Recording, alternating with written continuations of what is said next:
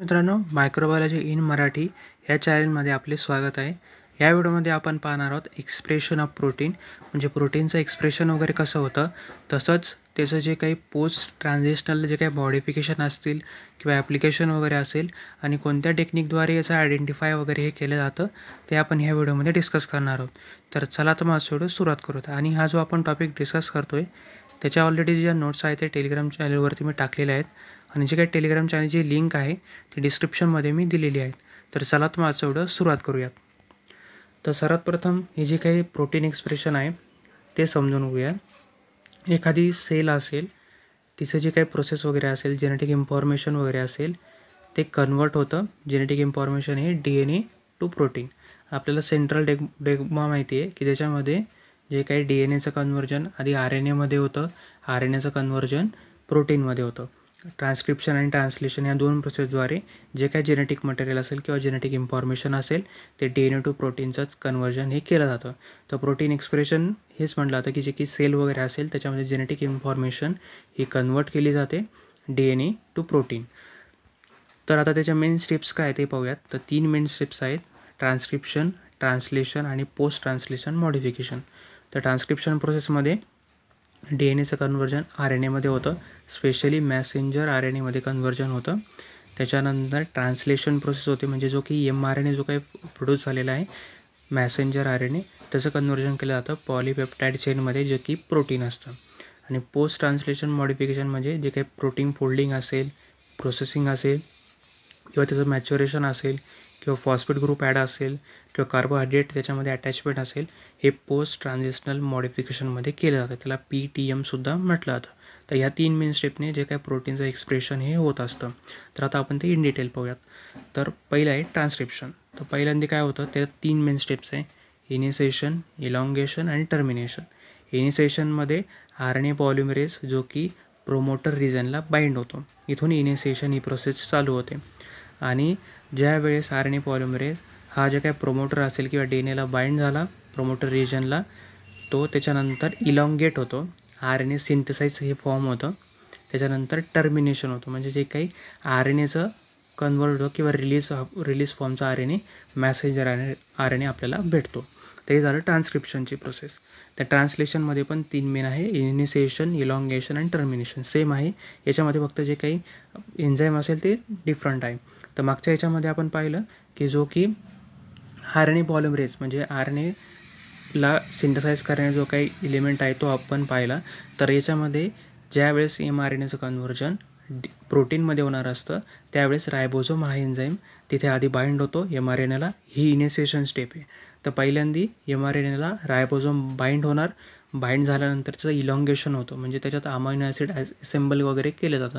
वेगवेगळ्या प्रकारचे 20 ते 25 अमायनो ॲसिड हे एकत्र केले जातात. म्हणजे तुम्ही म्हणाल की 22च जर आपल्या आत्तापर्यंत आयडेंटिफाय झालेले आहेत अमायनो ॲसिड, तर मग वेगवेगळ्या स्ट्रक्चरचे वेगवेगळ्या फॉर्मेशन केलेले वेगवेगळे सिक्वेन्सेस ज्याच्यामध्ये अमायनो ॲसिड असतील ते पूर्णपणे ॲसेंबल केले जातात आणि एक पूर्णपणे चेन तयार केली जाते. आणि लास्ट स्टेपला जे काही टर्मिनेशन ही प्रोसेस आहे त्याच्यामध्ये प्रोटीन हे रिलीज केलं जातं. तर हे झालं ट्रान्सलेशनची प्रोसेस. तर ट्रान्स्क्रिप्शनमध्ये नेहमी लक्षात ठेवा, RNA पॉलिमरेज हा एन्झाईम प्रोमोटर रिजनला बाइंड होतो आणि तोच सिंथेसाइज करण्यासाठी मदत करतो. आणि ट्रान्सलेशन प्रोसेसमध्ये रायबोझोम हा एन्झाईम mRNAला बाइंड होतो आणि तोच त्याला ॲसेंबल करण्यासाठी आणि प्रोटीन रिलीज करण्यासाठी वापरला जातो. तर पोस्ट ट्रान्सलेशनल मॉडिफिकेशनमध्ये फोल्डिंग असतं, क्लिवेज, ग्लायकोलायझेशन, फॉस्फोरिलेशन. तर फोल्डिंगमध्ये काय केलं जातं, आपल्याला माहिती आहे की जे काही नेटिव्ह कन्फर्मेशन वगैरे असेल, प्रायमरी असेल, सेकंडरी असेल, टर्शरी असेल किंवा क्वाटर्नरी असेल, याच्यात फोल्डिंग वगैरे तयार होतं. म्हणजे जे काही पूर्णपणे जे काही अमायनो ॲसिडची जी काही चेन असेल त्याचं फोल्डिंग हे तयार व्हायला चालू होतं पोस्ट ट्रान्झिशनल मॉडिफिकेशनमध्ये. त्याच्यानंतर एक क्लिवेज होतं, म्हणजे जे काही सिग्नलिंग सिक्वेन्स असतील त्या रिमूव्ह केल्या जातात. म्हणजे ज्यावेळेस जे काही पोस्ट ट्रान्झिशन जे काही मॉडिफिकेशन होतं आहे त्यावेळेस जे काही सिग्नलिंग सिक्वेन्स असतात ते पूर्णपणे रिमूव्ह केले जातात. त्याच्यानंतर कार्बोहायड्रेट त्याच्यामध्ये अटॅचमेंट केले जाते. म्हणजे एकदा काय होतं की जे काही प्रोटीन स्ट्रक्चर असेल, पॉलीपेप्टाईड जी काही चेन असेल अमायनो ॲसिडची, ती पूर्णपणे फोल्ड व्हायला चालू होते. फोल्ड व्हायला चालू झाल्यानंतर त्यातले जे काही सिग्नलिंग मॉलिक्यूल असतील किंवा सिग्नलिंग सिक्वेन्स असतील ते कट केले जातात क्लिवेजद्वारे. कट केल्यानंतर मग पुढे कार्बोहायड्रेट त्याच्यामध्ये अटॅचमेंट केले जाते. कार्बोहायड्रेट त्याच्यात ॲड केल्यानंतर फॉस्फेट ग्रुप्स त्याच्यात ॲड केले जातात, जेणेकरून त्याची काही बाइंडिंग वगैरे असेल ती ॲक्युरेट व्हावी म्हणून फॉस्फोरायलेशन ही प्रोसेस केली जाते. त्यात फॉस्फेट ग्रुप हा अटॅच केला जातो. आता हे झाले पोस्ट ट्रान्झिशनल मॉडिफिकेशन. त्याच्यामध्ये 4 मेन स्टेप येतात: फोल्डिंग, क्लिवेज, ग्लायकोलायझेशन आणि फॉस्फोरिलेशन. त्याच्यानंतर जर आपण याचं पाहिलं तर ही पूर्ण झाली प्रोटीन एक्सप्रेशन. मग एक प्रोटीन फॉर्मेशन झालं, म्हणजे प्रायमरी प्रोटीन फॉर्मेशन झालं. म्हणजे त्याच्यामध्ये ॲबिलिटी नाही आहे की जो एखादा फंक्शन अजून हे करू शकेल, की तो अजून प्युअर नाही आहे, कारण की त्याला अजून वेगवेगळ्या स्टेजमधून जायचं आहे. त्याला प्रायमरी जायचं आहे, सेकंडरी जायचं आहे, सेकंडरी स्ट्रक्चर त्याला फॉर्मेशन करायचं आहे, त्याला क्वाटर्नरी स्ट्रक्चर फॉर्मेशन करायचं आहे, त्याला त्याच्यानंतर जे काही स्ट्रक्चर असेल, कॉम्प्लेक्स स्ट्रक्चर त्याला फॉर्मेशन करायला अजून वेळ आहे. तर मग हे जे काही प्रोटीन आहे, म्हणजे जे काही फ्रेश जे आपण म्हणू शकतो, जे काही प्रोटीन फॉर्मेशन झालेलं आहे, तर त्याचे काही आपण म्हणतो की हे जे प्रोटीन आहे त्याला रेग्युलेट करणारे सुद्धा, जे म्हणजे त्याचं जे काही प्रोटीनचं एक्सप्रेशन होतं आहे त्याला थांबवणारे सुद्धा काही इनिबिटर असतील किंवा काही इन्हान्सर असतील का ते काम करत असतं. तर हे का बरं करत असतात? रेग्युलेशनचा मेन रोल काय आहे? तर जास्त प्रमाणात जर प्रोटीन फॉर्मेशन झालं असेल तर त्याला स्टॉप करण्यासाठी किंवा ते रेग्युलेट करण्यासाठी हे मेनली वापरलं जातं.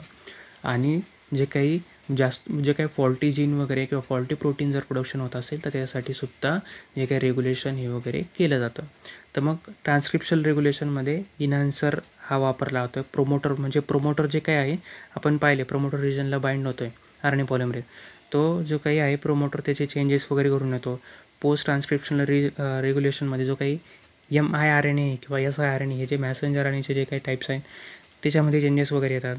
ट्रान्सलेशनमध्ये जे काही रायबोझोम बाइंडिंग आहे ती बरोबर होत नाही, किंवा जे काही पोस्ट ट्रान्सलेशनल रेग्युलेशन आहे तिथं जिथं जे काही प्रोटीनचं फोल्डिंग वगैरे होते ते प्रोटीनचं डिग्रेडेशन हे चालू होतं. म्हणजे तिथं मेन प्रोटीनचं ही जी स्टेप आहे पोस्ट ट्रान्सलेशनल मॉडिफिकेशनमध्ये त्याचं पूर्णपणे रेग्युलेट करण्यासाठी वापरलं जातं. हे त्याचे रेग्युलेशन 4 मेन रेग्युलेशन आपल्याला पाहायला मिळतात. तर आता आपण जर पाहिलं जो काही प्रोटीन वगैरे असेल रेग्युलेट वगैरे झाला, एक ॲडिक्वेट अमाऊंटमध्ये किंवा एखादा सिम्पल अमाऊंटमध्ये एखादा प्रोटीन असेल त्याचं जर आपल्याला स्टडी करायचं आहे तर त्याच्यामध्ये आपण 5 टेक्निकद्वारे जे त्याचं स्टडी करू शकतो: western blotting, immunoprecipitation, mass spectrometry, fluorescence microscopy आणि प्रोटीन मायक्रोआरए. तर वेस्टर्न ब्लॉटिंगमध्ये काय केलं जातं? मास इंटू चार्ज रेशो एखाद्या मॉलिक्यूलचा किंवा एखाद्या प्रोटीनचा, मेनली ही जी काही वेस्टर्न ब्लॉटिंगमध्ये ही मेनली प्रोटीनसाठी वापरलं जातं. प्रोटीनचं जे काही चार्जेस वगैरे असतील किंवा त्याच्या साईज शेपद्वारे त्याचं हे सेपरेशन वगैरे किंवा त्याचा स्टडी वगैरे केला जातो. त्याच्यात म्हणजे फ्लोरेसन डाय वगैरे टाकले जातात. एखादा स्पेसिफिक जर प्रोटीन आयडेंटिफाय करायचा असेल तर तो वेस्टर्न ब्लॉटिंग टेक्निकद्वारे केला जातो.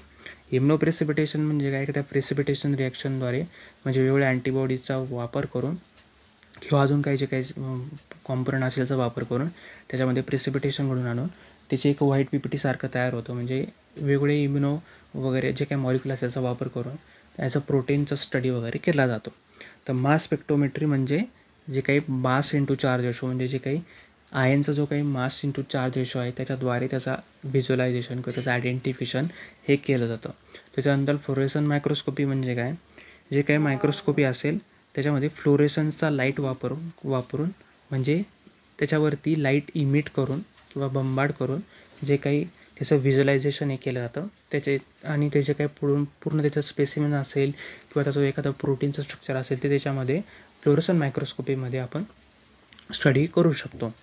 आणि प्रोटीन मायक्रोआरएमध्ये जे काही प्रोटीन इंटरॅक्शन होतं आहे त्याचा पूर्णपणे स्टडी केला. म्हणजे एखादा प्रोटीन कोणत्या प्रोटीनसोबत अटॅच होऊन त्याचं जे काही प्रोटीन इंटरॅक्शन वगैरे घडून आणतो आहे ते पूर्णपणे स्टडी प्रोटीन मायक्रोआरएमध्ये केलं जातं.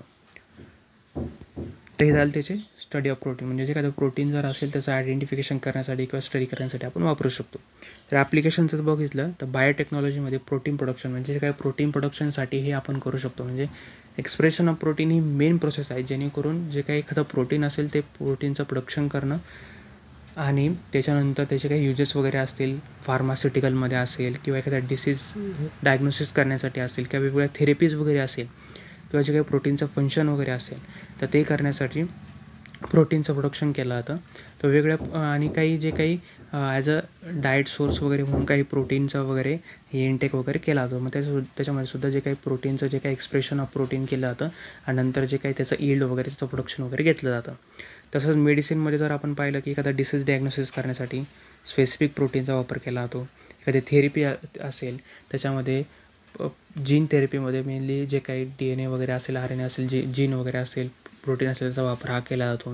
रिसर्चमध्ये जर आपण म्हटलं की प्रोटीनचं फंक्शन काय, एखादं प्रोटीन जर एखाद्या कंपनीने वेगळा तयार केला किंवा त्याच्यात थोडंफार एन्हान्समेंट करून एक नवीन प्रोटीनचं प्रोडक्शन वगैरे केलं, तर त्याचं फंक्शनिंग वगैरे काय असणार आहे त्याचा पूर्णपणे रिसर्च केला जातो, स्टडी केला जातो. त्याचं इंटरॅक्शन कोणत्या प्रोटीनसोबत होतं आहे, कोणत्या जेनेटिक मटेरियलसोबत होतं आहे, DNA सोबत होतं आहे का RNA सोबत होतं आहे, आणि त्याच्यानंतर ते कोणकोणत्या सेल्युलर प्रोसेसमध्ये जे काही बॉडीचे जे काही प्रोसेस वगैरे आहे त्याच्यामध्ये त्याचा कसा भाग होतो आहे, त्याचा कसा उपयोग केला जाऊ शकतो, त्याचा पूर्णपणे स्टडी हा जे काही रिसर्च फील्डमध्ये प्रोटीनचा केला जातो.